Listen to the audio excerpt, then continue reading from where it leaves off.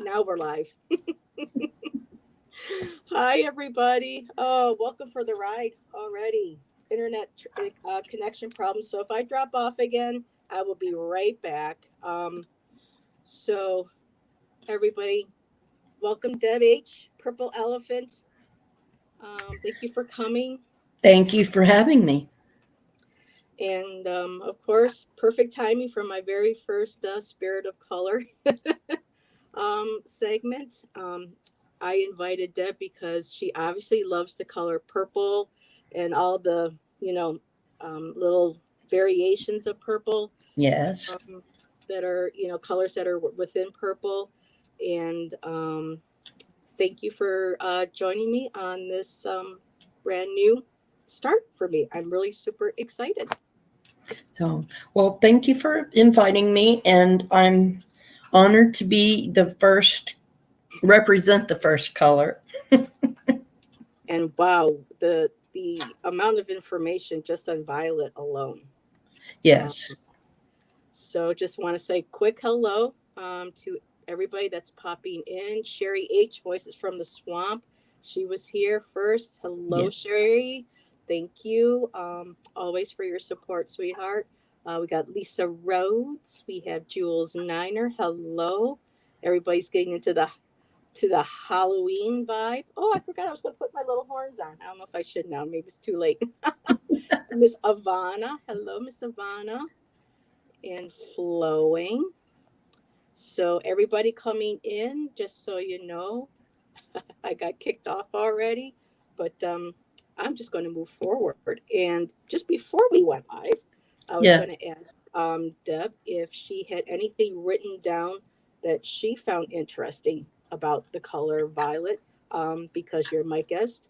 Of course, you may go first, my dear. I'm not smart enough to write stuff down, but I do remember um, when I Sniggers. looked up violet, violet is a separate color from purple.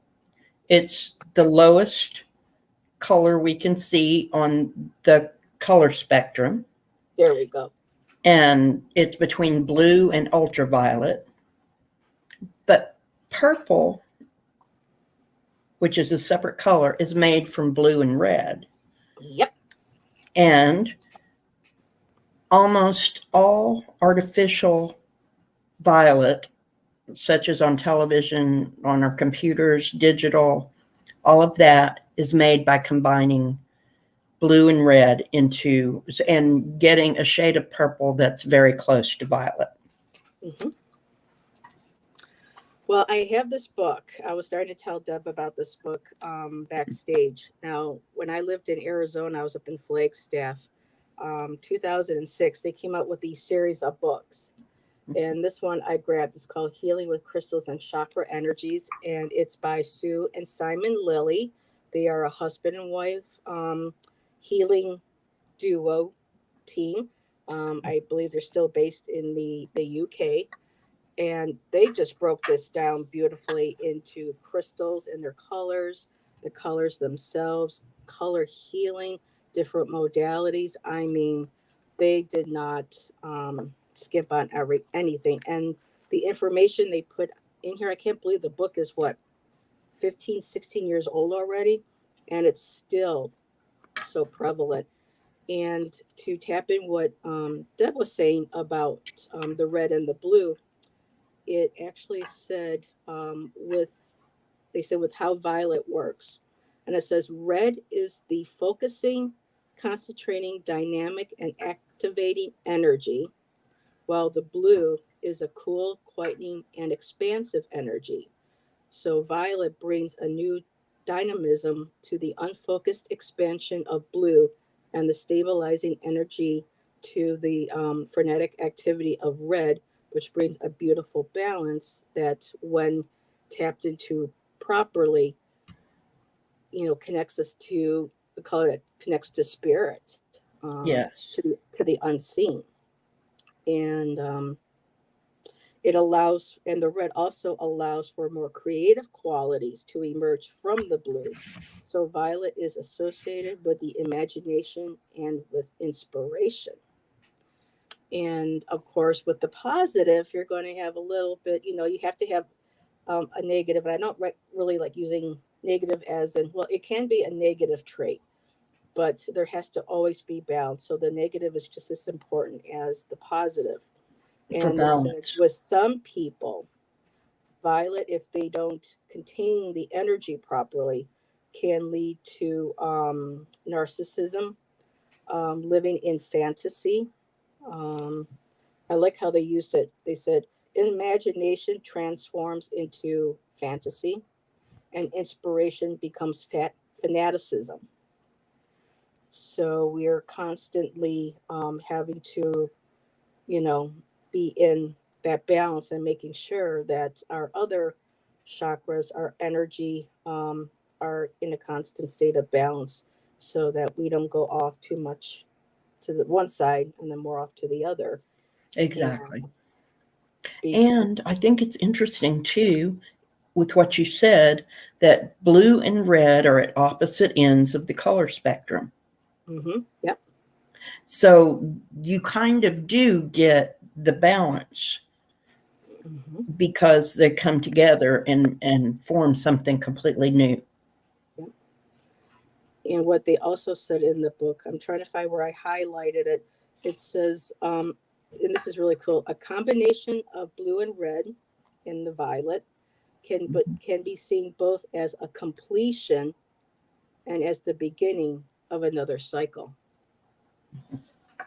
So right there, automatically, because when you stop at violet, you don't you don't stop right there because you have the additional chakras that lead up. So with the red to the violet, you have that energy constantly, moving through all the other ones and outside your aura. But then that violet, because of the red and the violet being the end. Uh-oh. Are you there, Heather?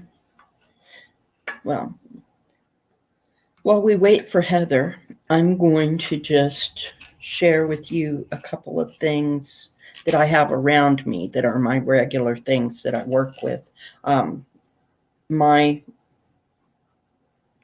pendulum is amethyst, and I also keep an amethyst crystal near.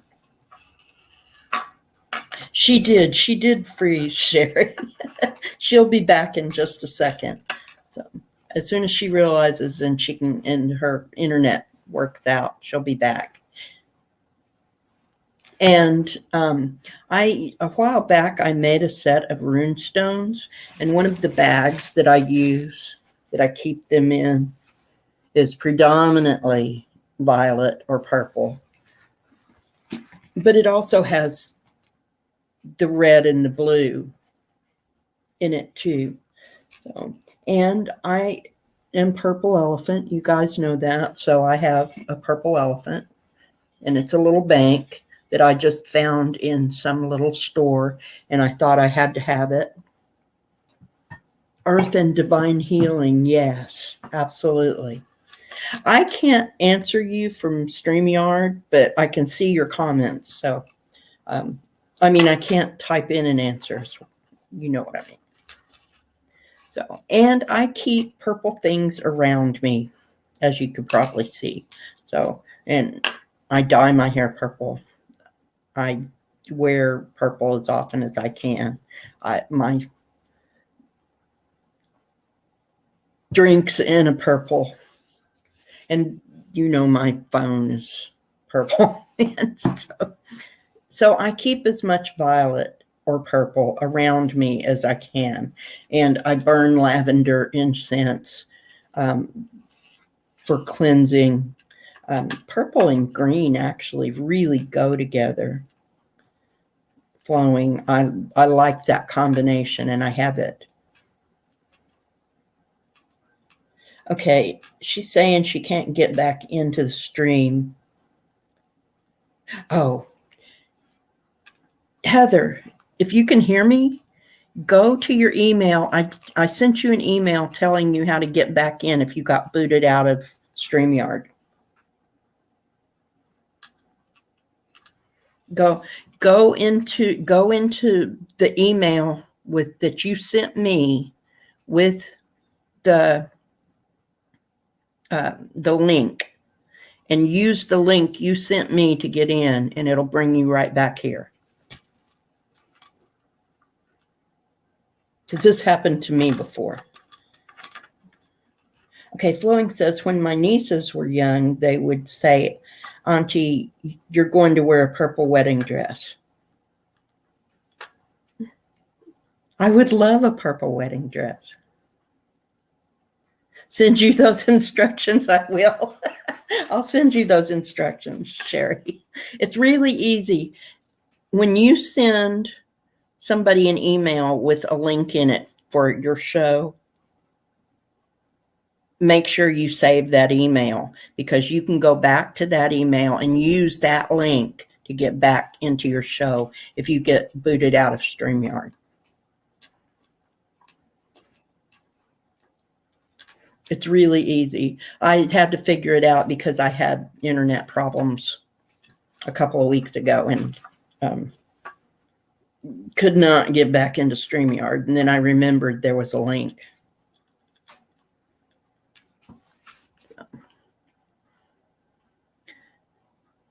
Some of the research I did on violet and purple are, it was, mostly technical color kind of things that mostly artists would use, which is where Heather will talk to you about that when she gets back in.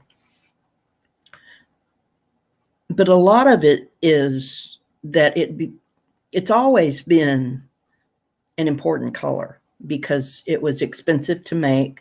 So royalty and important people wore it, used that purple dye to dye their clothing and skin. And the purple dyes have been found all the way back, they think 50,000 years ago in Australia. They have found caves where there's evidence of purple dyes being used.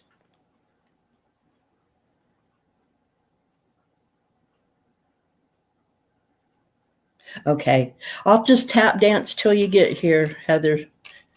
You'll figure it out.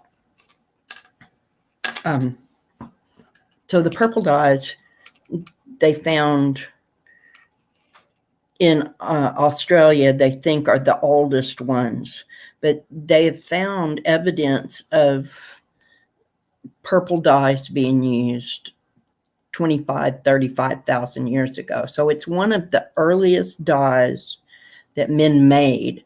So it was recognized as being special. It's a special color in nature.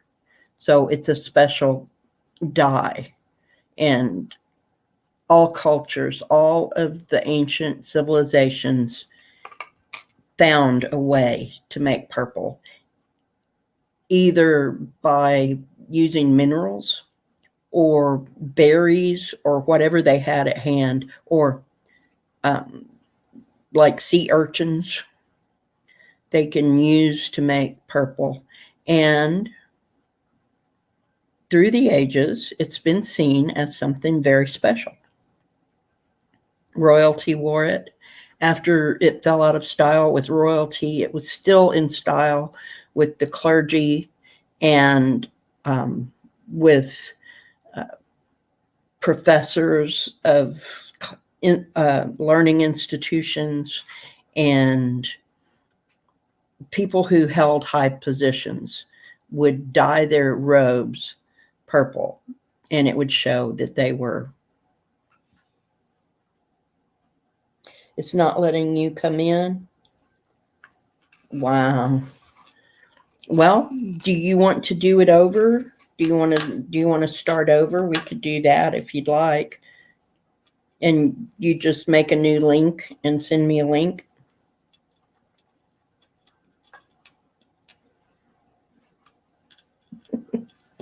I know she's okay. Send me a new link and I will. I can't end this, so we'll just all have to.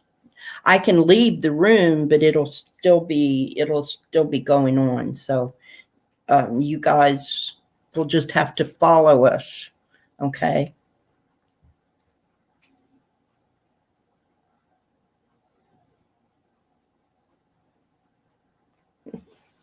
Don't worry about it, Heather. We all have technical problems.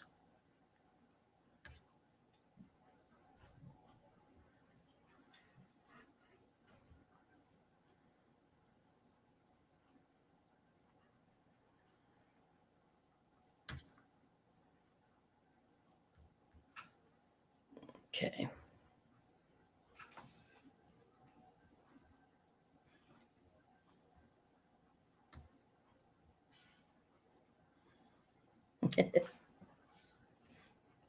Okay, we'll see you all over in the next room.